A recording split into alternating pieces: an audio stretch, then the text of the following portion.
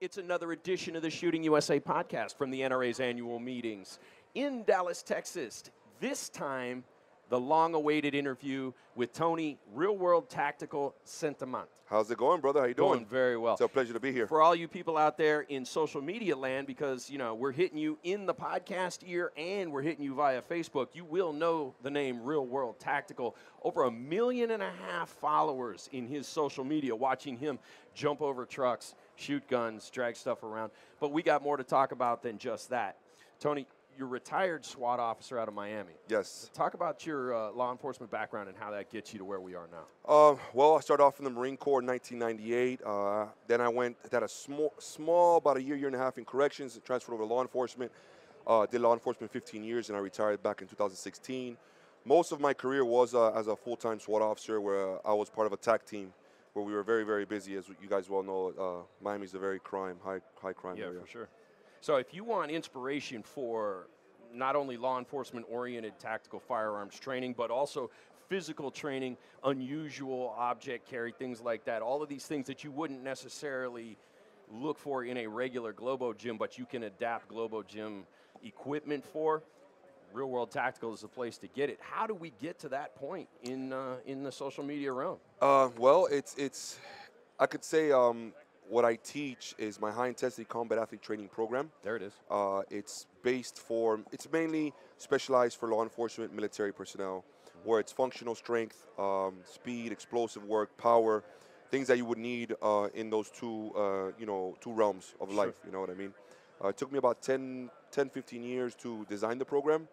Because it's you're kind of like a hybrid athlete, right? Where you can lift the heavier weights, but at the same time, you have the cardio for sprinting and running and so on and so forth. So it's a general preparedness sort of thing. Correct. But when you add in those strength elements, and I'm talking about strength elements, you seriously, if you've never heard of them, you have to go look him up. We're talking about deadlifts in the 500-pound range for reps. 600 pounds for reps. Pushing the 700. I'm an old man, but I'm trying to keep up with them power lifters, man. I mean, if you have any idea. And then, I mean, we're talking about running hills, and then we're talking about once all of that is happening and you're completely smoked out and your engine's overheating, now you got to shoot and shoot accurately. Yeah. And then it's buddy carry and things like that. Tony Pignato from Shooting USA went and did a real-world tactical course. And, you know, I mean, it is a general preparedness level that you wouldn't otherwise even understand unless you got involved with it. Well, what happens is in 2014, I went to a scene where it was an armed robbery, where it was an older female, an older male.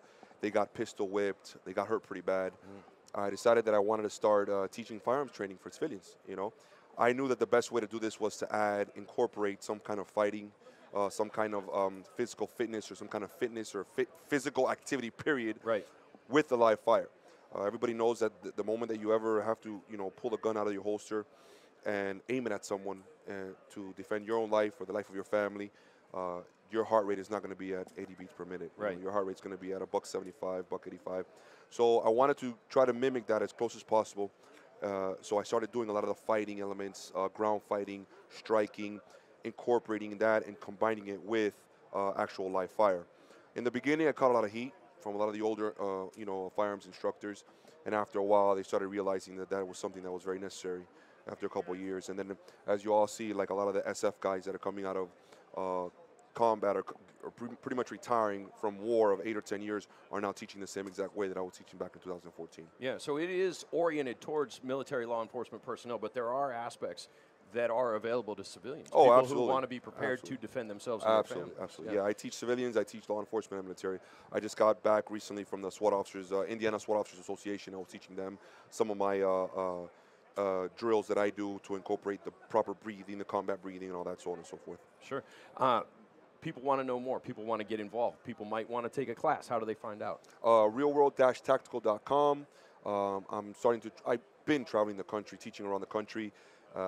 Been kind of focusing a lot of on product development this year, but I'm hoping that next year I'll be able to start really, focusing more on the teaching aspect. Now, there was a time when there was a line of supplements.